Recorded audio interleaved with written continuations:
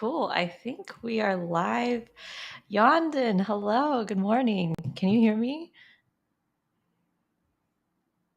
Okay. I think, are you muted or am I was muted. I? Yes. Can you hear me? Yeah, I can. Cool. Okay, cool. Yeah, let's get started. Okay, Web3 Unleashed episode 2 times 3, so it's 6. Um, just, I guess, brief introduction. If you haven't joined us before, I'm Emily. I am the Truffle Developer Advocate. Today we have Yondon Fu, co-founder of Livepeer, to tell us about everything decentralized streaming. Um, and I guess we can kind of just get started. So, from the top, Yondon, tell us a little bit about yourself. Sure. So, as you already mentioned, my name is Yondon, and I helped co-found the Livepeer project, which is a decentralized video streaming network. These days, I help lead engineering for the network, working on the project, working a lot on the open source software that we use in order to power video processing in our decentralized network. And yeah, that's kind of a brief summary. I don't know if you wanted to hear much else besides that. Yeah. Why don't you tell us your whole like tragic childhood story, and then we can jump into all the things that don't. No, I'm just kidding. I'm really excited to have you on today. I mean, number one, because we went to college, we're good friends, hopefully, but also I think kind of seeing Web3 grow past the use cases of just DeFi, right, and Livepeer's role in that. So let's just go ahead and jump into summary of Livepeer. What are you guys? What is decentralized streaming? Throw your pitch, I guess. Sure. So, what is decentralized streaming? I think before answering that question, it's worthwhile giving a brief background around like the status quo around how a lot of these rich media applications and video apps that we use today work. So everyone is familiar with YouTube. Everyone is familiar with TikTok at this point, and really, really great, interesting products that have really pushed the boundaries of how we interact with each other and the types of media that we share with each other. I mentioned those two specifically because they're all video centric. And I think one of the most interesting things with both YouTube and TikTok is how much they have innovated in terms of video experience. And really great what they've done, but it's also really expensive what they've done. So, in order to make all the countless catalogs of YouTube videos work for everyone around the world, regardless of what internet connection speed you're on, where you are in the world, what device you're using, it's actually pretty non-trivial. So, it actually requires a lot of complex plumbing, complex processing. And as a result, you see these companies investing a ton of capital in building out this infrastructure. Oftentimes, they'll start off by outsourcing to a cloud service provider or a SaaS company. But as they get bigger and bigger, they realize that this infrastructure is so instrumental to their success that it's too strategically important for them to kind of rely on a deal that they have with a third party. And they need more control of it themselves in order to really achieve the scale that they want to achieve. Can talk a little bit more about what happens, technically speaking, under the hood if we're interested in. But the basic thing I'm trying to convey is that it's really expensive to operate video infrastructure. So that's kind of the fundamental thing that we started with at Livepeer, where we knew that there was a lot of complex plumbing, a lot of complex processing that needed to happen. It's very compute heavy.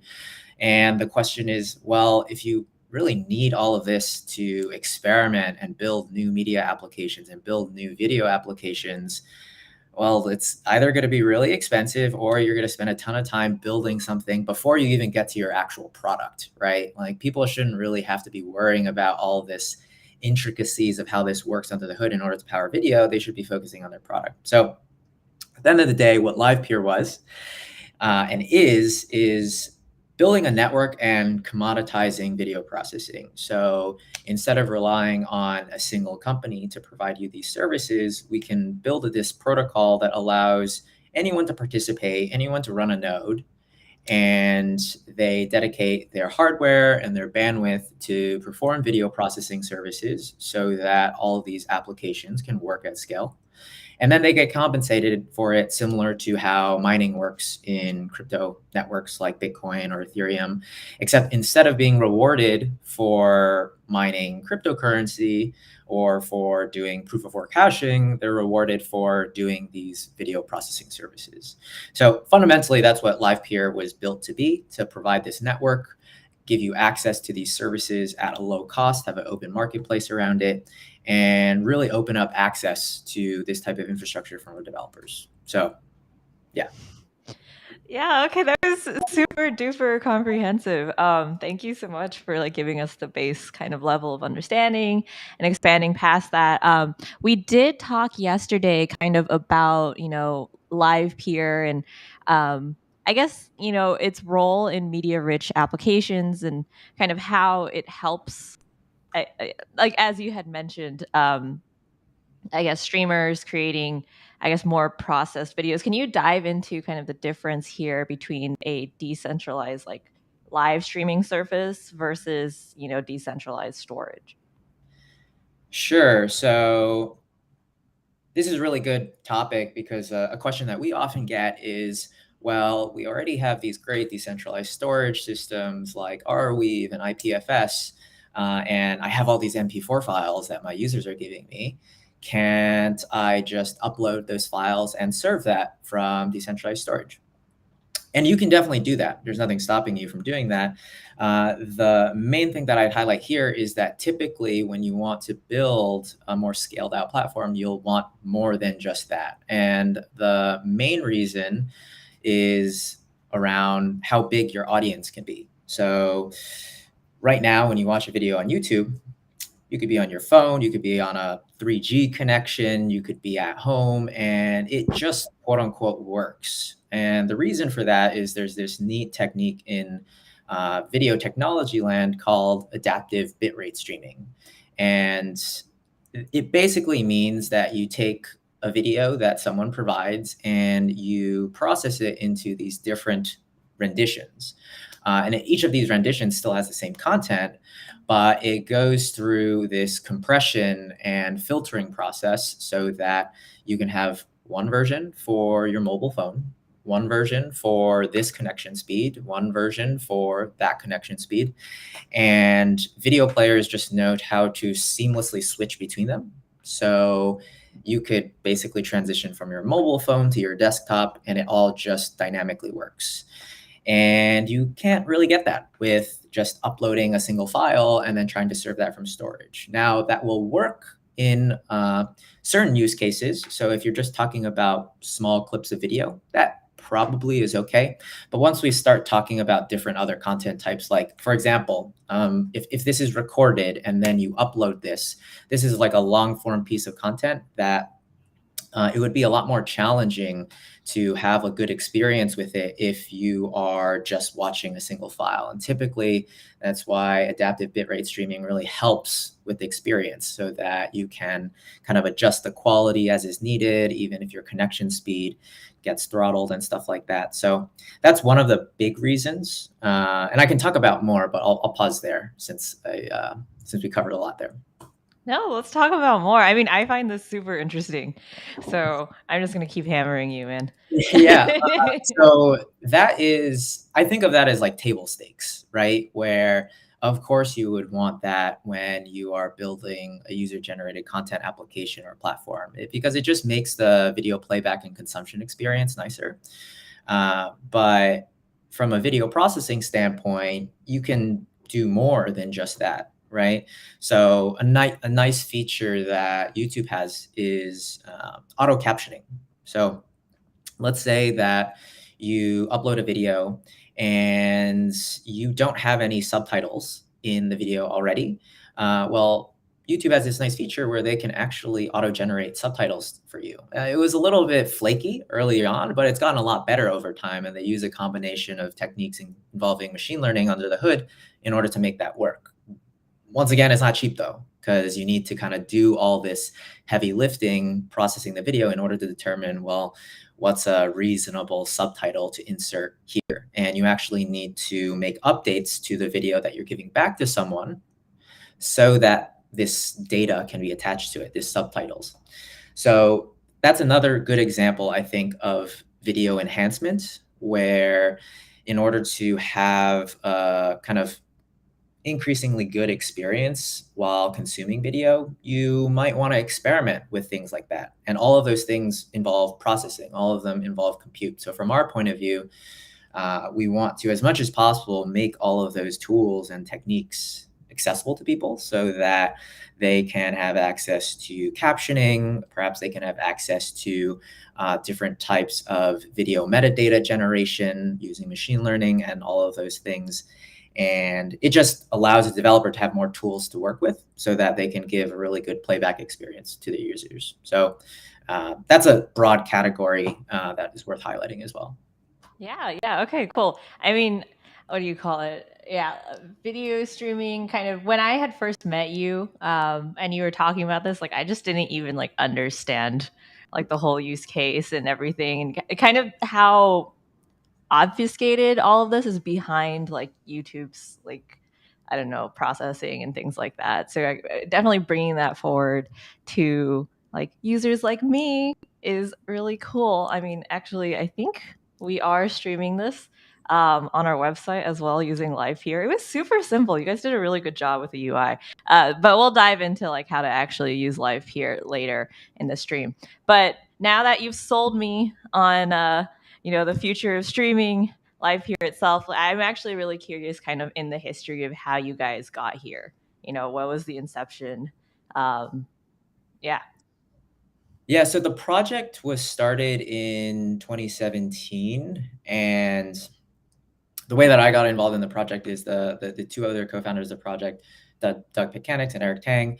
They were working on this idea previously, and if I recall correctly, one of the main reasons that they were looking in this area is that they actually wanted to build video streaming DApp, so decentralized application.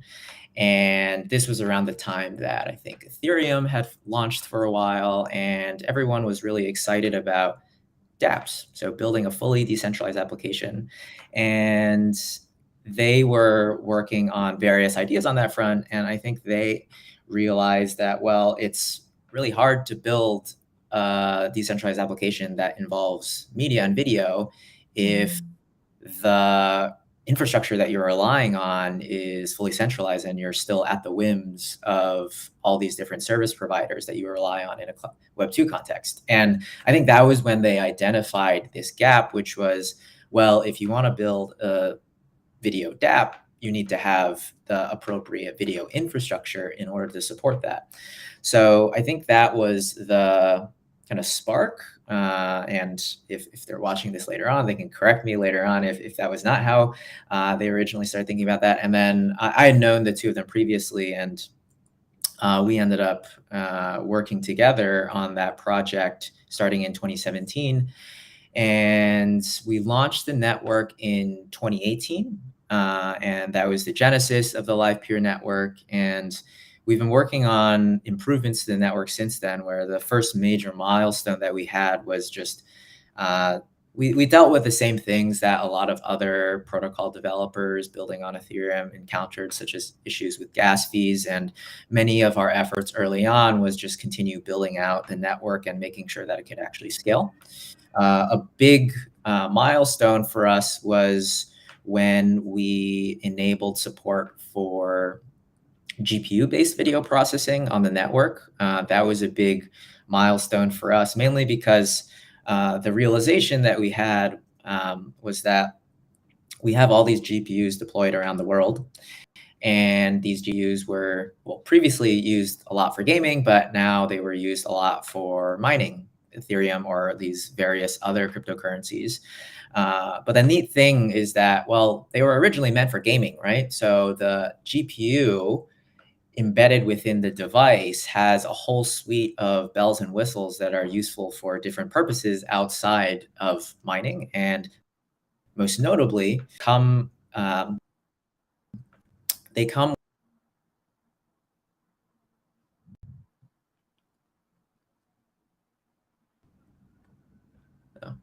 Yondon, I think you cut out. Okay. Yeah, Where? all I got was GPUs come most notably with. Okay. So GPUs notably came with these video processing chips, which were really good for video processing, and video transcoding is what it's called, technically speaking.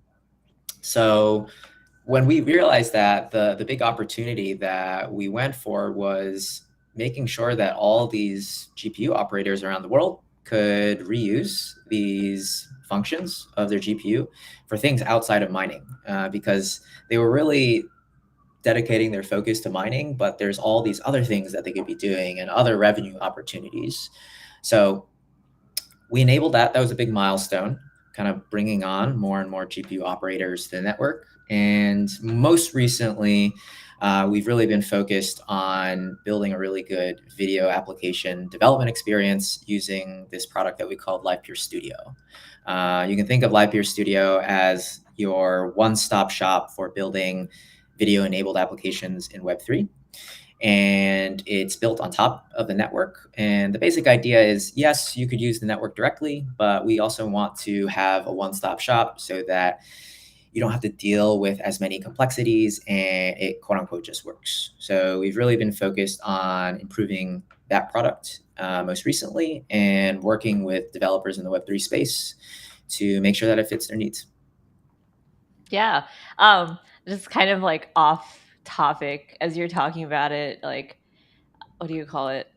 Just like, how do you even get into knowing all of these terms, right? Like, I have no kind of hardware experience. What does GPU even stand for? Like, we're not even talking about life here anymore. I'm just curious, right? Like, what's the evolution of, your background to getting so deep into not even just like Web3, but, the whole, like, I don't know.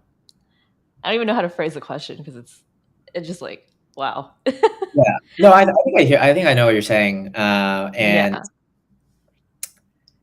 yeah, I mean, it definitely didn't start this way, right? A lot of Yeah. this stuff is just like so esoteric that I can't explain this to my family. They're like, we have no idea. Like, it's vaguely related to this Bitcoin thing, and I Yeah, kind of just yeah. leave it at that. But in terms of how I've kind of learned about all these things, I think it was very much a gradual process. And when I started working on Livepeer and when I started working in the space, I had entered, I didn't know anything about video. I didn't know anything about hardware.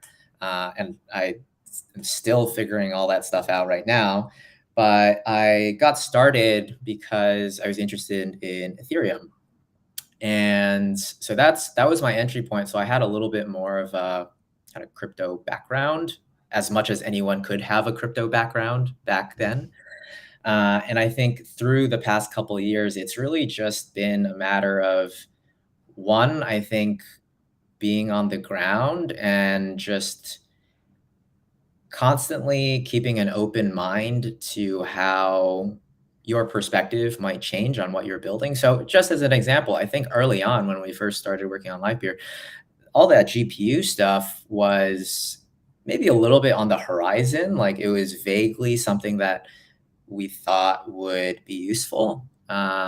And it was just like, oh, well, we'll work on that later on. But it wasn't really until trying to build a network and trying to actually build this performant video streaming workflow in a decentralized way that you start picking up on like the practical problems that you run into. There was a lot of theoretical things that we just hand waved away early on, but then it was really through the act of like just being on the ground, building things, starting to work with node operators, starting to work with people trying to build things, that it became more apparent to us like what was missing and what we needed to improve on.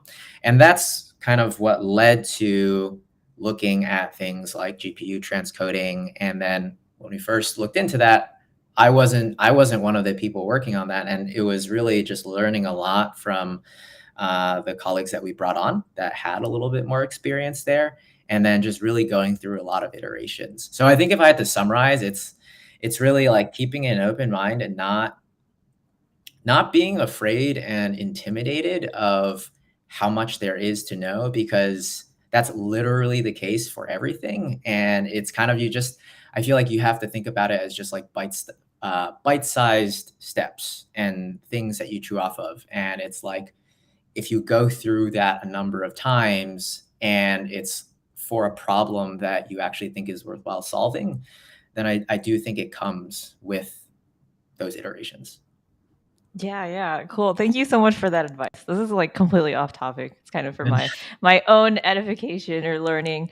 But to kind of get back into life here, I just want to hear kind of, the evolution of it, right? So challenges encountered so far, but also kind of diving into future of life here. Like, what do you see as kind of the next hurdle? Um, Yeah. So in terms of how Livepeer has evolved over time, um, I think I already mentioned a little bit of the history around how we identified this opportunity for GPU transcoding. And that was really interesting and big for us because uh, GPU transcoding, or generally hardware accelerated transcoding, is just so fast. And it really allows you to really, it comes down to latency, and it comes down to how good the experience of consuming video is. It's like unless you're in the milliseconds range, after you get past the milliseconds range, like every period of time, each additional delay in a live stream or video consumption experience online really matters, right?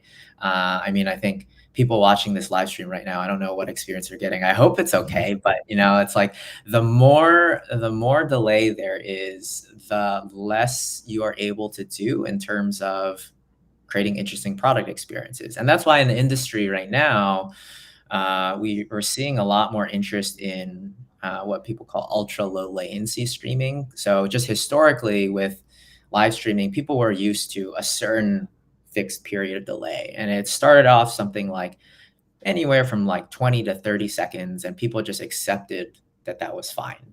But as like the technology improved, that's not okay anymore, right? People won't accept that anymore. It's like really weird when you watch a live stream on Twitch and you type something in and someone was like 5 minutes later, it's just like, oh, okay, I'll respond to your question now. So you can't even build live chat experiences.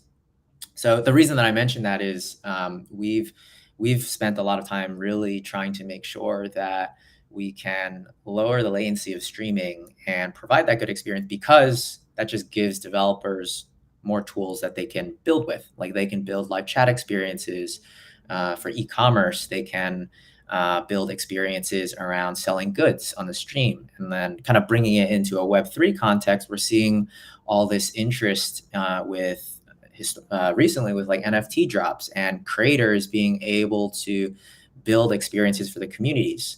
So I think part of that is live streams happen to be a really useful tool for that, right? Where you can have exclusive live streams for your community, you can do live drops for your community, but kind of embedded within that as a requirement is, well, they need to have a good experience while participating there, right? So all of this should just work for them, and the developers shouldn't have to worry about that. So the reason GPU transcoding fits into that is because, as I mentioned, super fast. So the less time we could spend on processing, the kind of faster we can get video out to users in a good quality, and the better experience that they can have. So that was a big milestone for us. Yeah, I'll pause there in case there's any comments or questions. Yeah. I mean, my comment, I guess, is I think YouTube right now still has like a 2 to 3 second delay, which is frustrating. But I mean, hopefully, Livepeer, leveraging the power of like decentralized networks, can win over uh, the big giants, right? We're working on it, right? Yeah. And I'm glad that you mentioned YouTube. There's this quote that I like from one of my colleagues at Livepeer, where, because this goes back to what you were mentioning earlier around so much of this like complexity around infrastructure is hidden behind these Web2 services like YouTube or Twitch, which is important, right? Like no consumer wants to like needs or wants to know what happens there. But because the barrier to entry for someone that wants to build a competing service is so high, we kind of just associate our video creation and media creation and live streaming experiences with specific platforms, right? Like people identify as Twitch streamers instead of just being a streamer, right? And I like this quote that one of my colleagues, Eli, has at Livepeer, where he's like, well, I don't want to be a Twitch streamer. I just want to be a streamer, right? Like, a streamer. And in order to do that, we think that you need open infrastructure that can power that, so that, well, once there's open infrastructure, different applications can build competing and alternate experiences. And then you, like when you do your Web3 Unleashed stream, you're just a streamer and you could have your stream playback in a whole number of different places. Maybe you still want to be on Twitch, right, in order to get Twitch's distribution. But it moves away from this model of, well, I'm only a streamer as defined by this corporation, and I am this streamer because I choose to stream. Yeah. Okay. That's a really good point. Yeah. Oh God, Yeah, I don't want to be known as a streamer, but like, I feel like there's a few, I think, little caveats that come with there. But at the same time, I have like purple hair, so I guess I've committed to this persona. But yeah, not really on Twitch. But I mean, that's, I think, a really good point about just kind of, again, not being confined to these. What's the buzzword, like walled gardens to Walled an garden, extent? my favorite Yeah. one. Oh yeah, I mean that's all about like Web3 social, right? Kind of ownership of the content you create. So actually, talking about that, let's dive into kind of how Livepeer has revolutionized or kind of moved forward Web3 social as a space. Maybe first off, like defining what Web3 social is, and then maybe diving into Livepeer use cases or how you've kind of integrated yourself into that sector of Web3. Yeah, so from my point of view, I see Web3 social as this effort and movement to create this ecosystem of social applications that can use a shared social graph and have interoperability with one another. So in contrast to, say, the walled gardens of Web2 social, take Facebook or Twitter or any of these other applications, the social graph, so the connections that you have with different people and relationships that you have with different people, is all housed within a data set that is private to them. And there have been some efforts in the past to open that up. So I think a lot of developers in the Web3 space might be familiar with the fiascos that Twitter has had in the past, where they opened up the Twitter API so that developers could build off of it. And for a brief period of time, everyone was super excited. Like, Twitter is going to become this underlying social substrate for everyone to build applications on. But like, for a variety of reasons, business related, I'm assuming being one of them, Twitter closed off access to those APIs. So all these developers that were thinking about building businesses, thinking of building the next hot social app, they lost access to that. So the unique thing with Web3 social, I think, is twofold. One, being able to have access to this social graph information so that it's shared, so that I could be using Facebook and I can be your friend on Facebook, but if we move over to a different application, well, we're still friends, right? It's not like all of a sudden we're strangers. So that's one component. But then I think the other really important component is being able to build applications like that with the confidence that you'll continue being able to do that, as opposed to someone rugging you and saying, well, you had access to this data for this amount of time, but we're now competitors and we want to build a competing product, and I don't like what you're doing, so we're going to shut off access to you. So I think that is, those two components are really what I see as identifying Web3 social. Getting into Livepeer's role there, we ultimately see Livepeer as powering the media that people want to use in these social applications, because it's really great that you have these protocols like Lens, where people can build these different user interfaces for the same Lens protocol social graph, or Farcaster, or all these other social protocols that are out there. That's like a really important fundamental building block, right? Just being able to do that. But we know that the social apps that we use today, we're used to images, we're used to videos.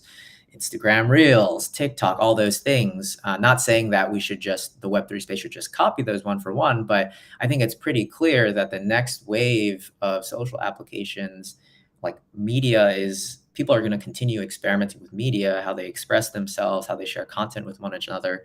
So for us at Livepeer, we want to make sure that everyone building Web3 social apps can do that. And this kind of goes back to what I talked about around some of the original motivations for thinking about infrastructure in the first place for Livepeer, where at the very beginning, wanting to build a video application or a video dApp, and then realizing, well, but there's no infrastructure available for this. And if I just build and house video content in a centralized service, wouldn't I still be at the whims of that service provider? So from our point of view, now that there's all this interest in Web3 social and people want to build these applications, we see Livepeer as being able to provide this infrastructure so that they can include video, live streams, other media types in the future, and not really have to worry about how to do it themselves, but also have the guarantees of being able to build on open and decentralized infrastructure so that no one's going to take that away from them.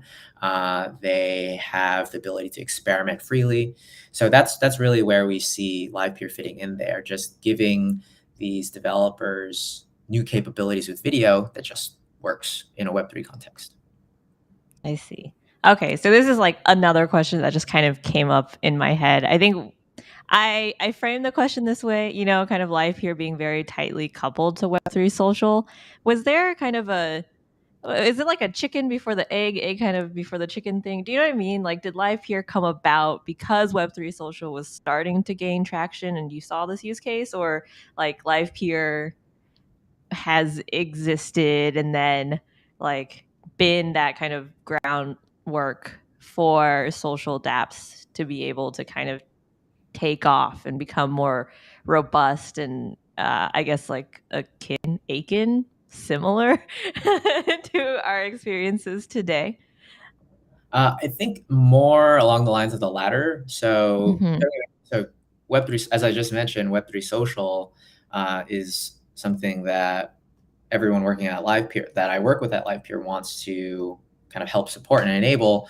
But that definitely wasn't the original motivation for Right. Livepeer. I mean, Web3 social as a term wasn't even around at that time. Although I think people could imagine that, like, as crypto and blockchain enabled applications started taking off, that it would have implications from social. But it was really too early at that point. So I'd say even outside of Web3 social, two of the things that kind of motivated things early on was, one, what I already mentioned around, well, if you want to build this decentralized application that is able to run and you are able to use it without kind of relying on centralized service providers, you would need the infrastructure to power that. So that was one. And then the second is, video processing is just super expensive. And this goes back to what I mentioned around, well, we don't hear much about the complex plumbing that happens under the hood for YouTube or all these other services. And they've invested a lot in this infrastructure. It basically creates a moat around these services. And there have been a lot of great efforts around SaaS companies that have popped up to try to provide these services to application developers, but they're still really expensive. And we think that the unique value prop of Livepeer from a cost standpoint and accessibility standpoint is because it's based on this marketplace. Going back to the GPU stuff that we were talking about, well, we have all these GPUs around the world. They were previously centered around mining. They can also be really great for all these video processing tasks. If we allow all of them to participate in an open market, then it has the potential, and it has pushed the price down of this service over time. And as a result, you just get much cheaper and more accessible video infrastructure. So that's like the other, I think, even regardless of some of the Web3 social stuff that we're focused on right now, that we think is really important. It's just generally making this more accessible, more affordable, so that this isn't something that you kind of have to have this, you kind of have to like sign your soul away in order to have access to it. It's just something that's open, public, people can use. Oh my God, do you hear The rain. this? No. I think there's like a garbage truck outside. But anyways, regardless, yeah, I mean, I think I'm just really excited about projects in the space that kind of lay the groundwork for, Web3 really finding kind of like product market fit feels like another buzzword. But again, like why I work in dev tooling, why I think Livepeer as infrastructure is really cool. Do you want to like kind of talk about some success stories, use cases, maybe like in the Web3 social space, but then also like other verticals, right? So like, I don't know, GameFi, you know what I mean? Yeah, so I'll maybe go through like two Mhm. examples. So Yeah. one application I've really enjoyed seeing being built out is called LensTube. So it's an application built on the Lens protocol, the social protocol that we were talking about previously. And LensTube is you can think of as similar to YouTube, but it's a video-centric creator platform. So they got started building out kind of a YouTube-esque experience, being able to watch video catalogs that are submitted by users. But they've also built some interesting new features more recently.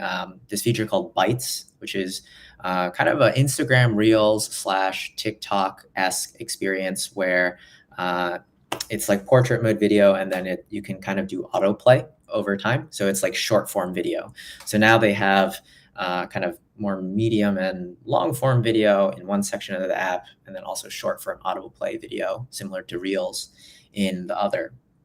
And I think what's been interesting seeing them build that out is that it goes back to the social protocol and Web3 social around being able to have access to a shared social data layer. So one of the things that I like showing people is that you can go to LensTube and you can watch a video post there that a user submitted. And then you can go to another application built on Lens protocol called Lenster, for example, and you can Mhm. go to that same exact post and you see the same content, but it's visually portrayed in a slightly different way.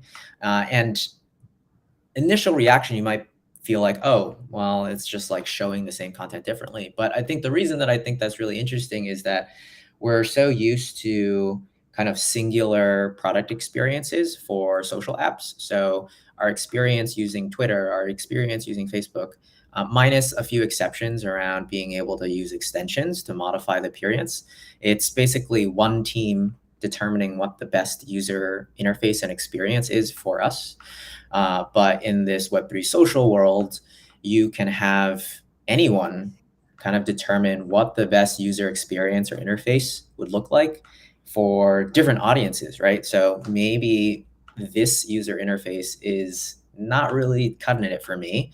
And I have a particular, like, I much prefer you to create a really like cinematic movie centric experience around this content. But other people, they just want like a cursory view because they're scrolling through it really fast. But those are like two completely different set of preferences and priorities. And today you don't really have a lot of flexibility in like creating experiments around that. But you can in Web3 social, right? Because you can see the content on Lenster and it's formatted for a specific use case, but then see the same content on LensTube and it's more targeted towards video consumption. So getting a little bit into it there, but that's one of the reasons I think that experiment is interesting. And for us at Livepeer, it's been really exciting to see them build with the tools that we've made available at Livepeer Studio so that they can really focus on their product experience, expecting that the video would just work, as opposed to from day one being like, well, how do I even get this video to play back without buffering, right? Mm. So that's an example that I like. Can talk about another one if you're interested. No, we can move on. I think I want to talk about maybe for like the builders out there. We've really dove.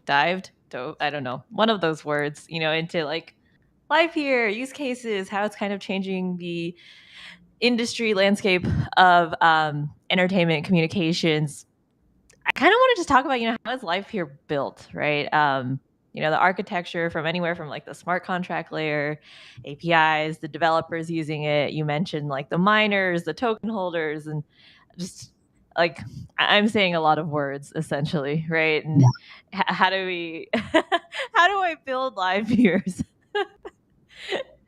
I don't know Um, if that's like industry secret. You can give like a high level. well, I mean, the beauty of it, it's all open source, right? So Right. Yeah. if someone was motivated enough, they can go in and figure all this themselves. But yeah, happy to give a summary of it. Mm-hmm. So I'll try to split it up into layers. Yeah. So at the bottommost layer, because I talked about this studio thing, but how does studio work? I think in order to get there, we talk about the network first. So as you alluded to, we have a few people that participate in the network. The most important ones here are we've sometimes called them video miners. We also call them orchestrators, but you can think of them as the nodes on the network that do the video processing work. So they bring their hardware and bandwidth. They do all these jobs, but in order to do those jobs, they have to run software. So we have open source piece of software called Go Livepeer, and it is the node software that everyone uses in order to do all this work on the network. Pretty similar to, I guess for your audience, like Ethereum clients, right? It's like an Ethereum client software except for Livepeer. So that's the most important part. They need to run this software, and this forms this network of nodes that can then receive jobs, process jobs, give results back to whoever is requesting them. So that's kind of like the bottommost layer. Well, as a part of that, they're doing all this work. They need to get paid, right? So how do they get paid? So this is actually where some of the blockchain related stuff comes in. So Livepeer, as a part of the protocol, as a part of the network, has a set of smart contracts that the most important role of the smart contracts is to facilitate one, staking, and two, payments. So staking is done with LPT, which is Livepeer token, the native token of the network. So we just had the merge happen for Ethereum. So I'm going to assume people are at least vaguely familiar with proof of stake and what that means at a high level. We'll just think of that model and apply that to Livepeer context, where instead of these nodes being responsible for validating transactions and creating new blocks for a blockchain, they're responsible for doing this video processing work. So in order to do that, they need to stake some tokens. So once they stake tokens, they can participate on the network. And as they're performing the work on the network, they're also receiving micropayments. So the system that we've built is basically two nodes can kind of be sending video data over to one another. And along with the video data comes with a stream of tiny micropayments. And those micropayments can be credited over time to the node that's doing the work. And then periodically they'll submit a transaction to the smart contracts in order to settle up. So hand waving a bunch of details there, but at a high level, that's the idea. You want to get paid, you stake with Livepeer token, and then you accept these micropayments.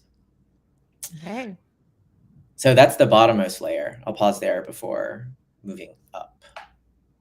Let's move up. I have some like random thoughts that probably don't pertain to what you're saying, so let's not interrupt the train of layers. Yeah, so moving up a layer, so that's how the bottommost layer works. We have this network of nodes that are doing this video processing, this video transcoding work. And you still have the problem of, well, how does your stream get to the network in the first place? And the solution for that is we have this other type of node, which we just generally refer to as a media server. And the media server is basically this piece of software that you can send video data to. It'll know how to send that video to the rest of the Livepeer network, get it processed.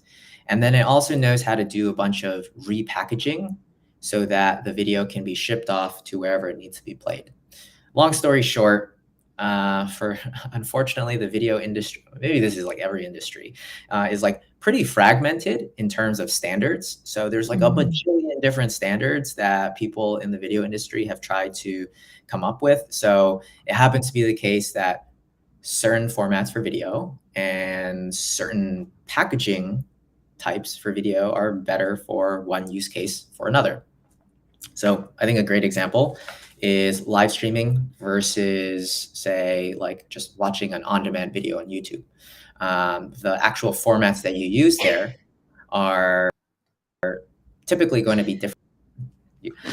So for live streaming, just throwing some terms out in case anyone wants to look at this separately, a streamer would typically stream using what's called RTMP, but the video that's being played back is, in a lot of cases, HLS, which is a standard that was created by Apple. For video on demand, most people are familiar with MP4, but depending on the use case, you might have people using MOV files or a variety of different other formats. So this media server software, just going back to where I started, it's going to ship off video to the rest of the network, have it be processed, transcoded, and then when it comes back, depending on who's requesting it, it can package it up and send it back to the user and the person that's actually watching the video. And all of that is just automatically happening for you. So that's the next layer. And I think what I'll conclude with is Studio, right? So this is the service that I mentioned and really what we encourage most people to get started with. So all of this is open source and you can choose to run this, everything that I mentioned, the media server, the open source node software that I talked about, you can run this yourself depending on how you want to participate. But if you just want the easiest way to get started with video development in Web3, Studio is what we currently recommend. And the way that Studio works is you can think of Studio as a gateway. So if people are familiar with IPFS gateways, where you can run your own node, no one's stopping you from doing that, but oftentimes it's a lot more convenient to just use someone else's node, and then they provide the gateway service for you. Now, in the medium and long term, we of course want more people to be able to run their own nodes as well and operate their own services. But you can think of Studio today as how everyone can get started first. So Studio is basically using all of this software under the hood, all this media server software that I mentioned. So when someone uses Studio, you receive the video from the Studio user, and then it can get passed off to the media servers that Studio is running. And then the video gets passed from the media servers to the rest of the network. The jobs get done. They go back to Studio's media servers, and then ultimately that goes back to the user. And the reason that we've built it in this way is we want Studio to be a really easy to use experience for developers. But because everything's open source, you can build something like this yourself as well if you don't want to use Studio. So you always have choices. But if you want to get started today, Studio is probably the best place to get started. Yeah, I guess this is kind of like a good way to jump into just like the Studio portion of it. I'm going to go ahead and share my screen. Typically, I think with these streams, I'll like build something using their product, right? And I was like, oh God, how do I do this? And it's usually complicated. I'm writing like smart contract code, etc., Solidity. But like your Studio is super easy, so I'm just gonna share my screen. Here it is, guys. It's very beautiful. I didn't even click any buttons, I think, except for like get started. And if you guys want to stream this guy right here for us, stream ID, stream key. Oh, so you can watch us watch ourselves. And it's the same thing. I specifically chose to use Restream, if you guys don't know this. But it's just a multi-stream channel. And again, very standard kind of interface, the RTMP thing that Yondon was talking about earlier. So yeah, I don't know. You made my life super easy with Livepeer Studio. I guess there's also like more intense ways of embedding it, right? Just like I think right, like in code and like you have an API and other random stuff. Read the docs. Um, but yeah. I guess to kind of close off, I mentioned I had like a random kind of question. Um, did the chip shortage like affect you guys at all? Oh, the like with all the semiconductor stuff during COVID. Yeah. Um, in the grand scheme of things, it was fine. I mean, did we definitely encountered that in that. So as a part of well, as a part of development process. So of course we have this network of people that they can use their own hardware and participate on the network. So from that point of view, like it's fine because if you have access to the GPU already, then you can Mhm. just participate. I think the scenario where this popped up a little bit more is, well, in order to build any of this software, like we need access to GPUs ourselves in order to make sure that the software works correctly and integrates correctly with the hardware. So I think there were definitely a few times where um, we would talk about, well, like we need to get some GPUs here for this person so that they can have that for development. And then, yeah, like the weights during that time were absurd. Or like you could look at like secondary market prices and they were pretty absurd as well. And I think also for people that are running nodes on the network, ultimately you can choose like how sophisticated of a setup that you want, right? But a more sophisticated setup that we see some people doing is wanting to be able to place their GPUs in a data center so that they have access to like the high bandwidth uplinks and downlinks that they have at data centers.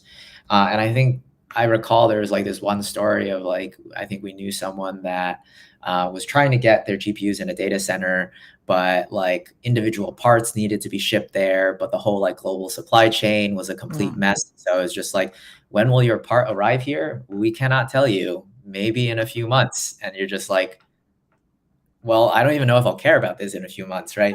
So No. in the grand scheme of things, it was Yeah. fine, but there were Yeah. like one-off cases like that that definitely affected us, and we encountered.